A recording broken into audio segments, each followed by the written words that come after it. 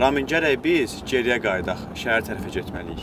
Geri qayıtmaq üçün biz getməliyik, ekologiya postundan dönüş eləməliyik. İndi düz deyəsən, elədi, amma bu təzə layihə ki icra olunacaq, ondan sonra rahat şəkildə Biləcərdən gələn yoldan da dönmə əməliyyatı eləyə biləcək şəhər istiqamətinə, Yəhya Hüseynov küçəsindən.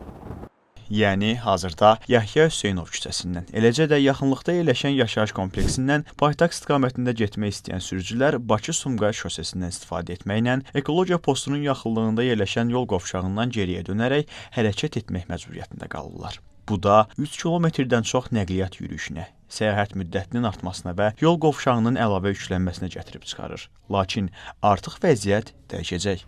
Biləcəri qəsəbəsinin Rəşid İsmailov və Yahya Hüseynov küçələrinin kəsişməsində yol hərəkəti yenidən təşkil edilir.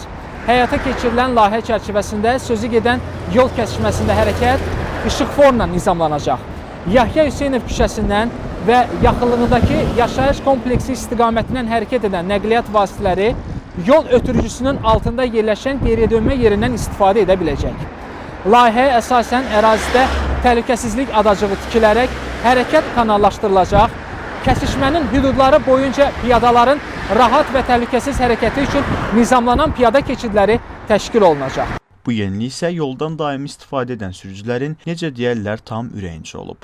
Gedirik də probka ilə Biləcər düşürük düz aşağı, körpüyə qalxırıq Daş bazarına. Təzədən bir də quruqlayırıq, gəlirik, gedirik çıxırdıq şəhər yoluna, 20 yanvar yoluna. İndi hal-hazırda bura mən bildiyimə görə işıqlar qoyacaqlar. Bu da bizlər üçün, sürücülər üçün həqiqətən çox gözəldir. Dönmə əməliyyatı yerinə yetirmək üçün nəzərdə tutulan adacıqda tamamlanma işləri aparılır. Yəhya Hüseynov küçəsindən gələn yolda isə beton sədlərin yerləşdirilməsi davam edir. İşlər yekunlaşdıqdan sonra yol nişanları və işıqlar quraşdırılacaq. Bununla da yol yeni təyinat üzrə sürücülərin istifadəsinə veriləcək.